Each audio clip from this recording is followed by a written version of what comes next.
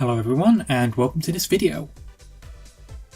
In this video we're going to be looking at Hyperdimension Neptunia Rebirth 1 for the PC. The game was produced and developed by Idea Factory and Compile Heart and was released for the PC in 2015. This game is essentially what starts off the Neptunia franchise, but considering the game's its own separate entity entirely, should you really bother with this one or just jump straight ahead to Neptunia Rebirth 2? The game's story is set around the four goddesses of games industry, as they're in a war against each other known only as the Console Wars. The CPU goddesses battle each other in an effort to gain what's known as shares, which makes their nations that much stronger. However, one day Neptune, being Neptune, loses her memory, and this is where our adventure really begins.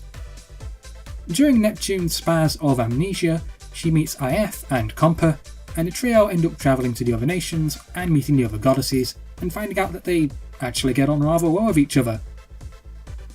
Later, as the story evolves, you find out about R4, who is trying to steal the four goddesses' power and take over game industry for herself.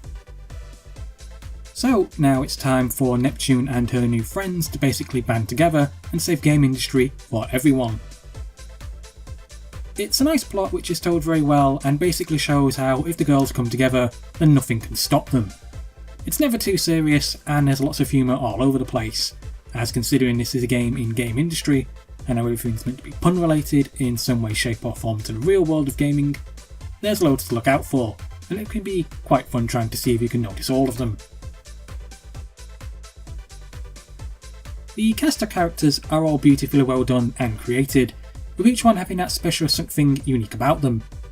Neptune is ditzy but happy-go-lucky, Noir acts like a lone wolf but secretly wants friends, Vert acts like an adult in the group, only to then drop everything and play games. Blanc is meant to be the sophisticated one, but the minute she gets angry, she starts shouting and swearing like a sailor.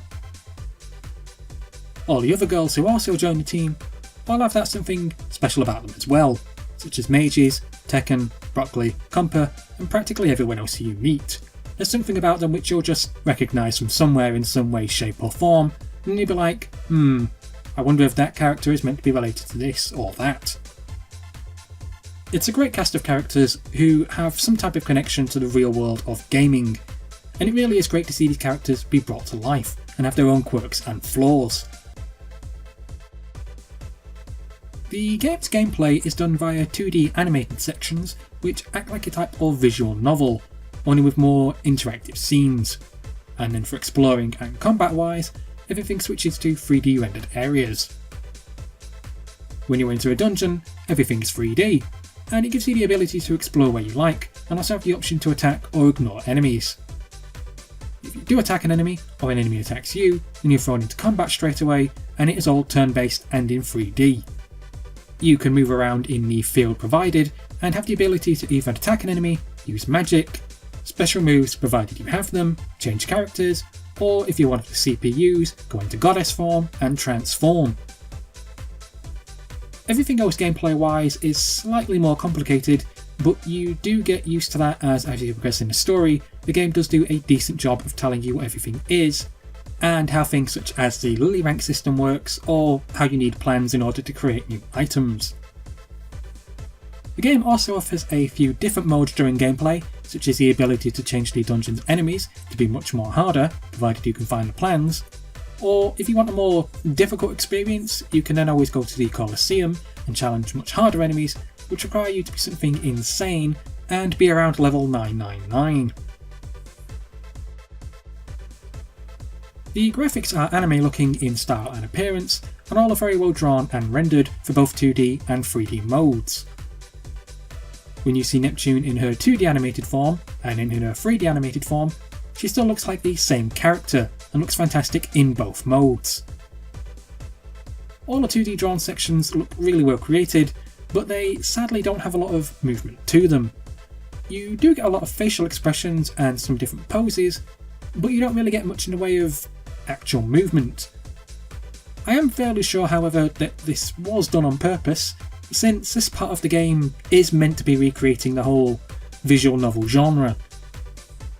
I don't think it would have been hard to replace all these 2D sections with 3D rendered character designs, but in all honesty, I think if they had done that, then they may possibly have lost some of the magic that makes this game so good.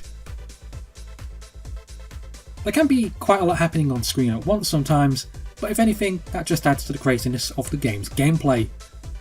I did however find that the camera was a little awkward at times, which if anything would be my only real issue with the game's graphics themselves. It was just kind of difficult sometimes when I was in combat and the camera would pan to a certain angle, and I couldn't really see much in the way of anything. The world of game industry is an amazing place, with every area basically being a type of pun in some way, shape or form to the real life gaming world. I really liked seeing certain places show up and knowing what they were hinting at, such as places such as Golden Axe Ravine or Virtua Forest. Knowing that Neptune is meant to represent Sega, and knowing the areas and people around her nation are in some way pun related, it's great to see characters or places from my childhood show up like Saturn Shiro and a whole cast of others. It's the same with Noir representing PlayStation, Vert Xbox and Blanc Nintendo. There are a lot of things in the game industry world that just grab your attention. The downside to the game's environments, however, are that a lot of the dungeons feel recycled, and that's because they kind of are. You see, some dungeons are just dungeons that you've already been to, but they're in reverse, while other dungeons are the exact same copies of dungeons that you've already been to as well, but labelled under a different name. And that's quite annoying, and it feels like a very cheap cost-cutting method. But considering that this was the first game in the series, I can kind of forgive IF and Compa for doing that. It's the fact that the series keeps doing this for the second and third game in the series, which can become rather disappointing. If you're going to get into the Neptunia franchise, then basically your best bet is to wait till Idea Factory put an offer on. As with previous reviews I've done of Neptunia Rebirth 2 and 3, I'll say it here as well, Idea Factory generally put an offer on where you can get into the series properly, and they give you the option of buying Rebirths 1, 2 and 3 together as a bundle pack. Buying all three together at a fantastic price is much better value than buying them each individually, and it also means that you can enjoy them all together as well, because each game can easily sink you 80 to 90 plus hours into each one, and if you times that by 3, that's a lot of gaming that you're going to be playing in 2. It's a fantastic game and one which got me to fall in love with the Neptunia series. Because of this one single game I saw back in 2015, I ended up buying practically every other Neptunia game that became available, because I just fell in love with the cast of characters and the adventures that the gang end up getting themselves into. While this game is its own game entirely, I still think that you should play it first, as it does introduce you to the characters and the world in which you're going to be exploring. While Neptunia 2 isn't a direct sequel from Rebirth 1, it kind of is, and it isn't. Rebirth 1 is essentially like an introduction, with its own beginning, middle and end, while Rebirth 2 acts like it continues on from 1, when it kind of doesn't.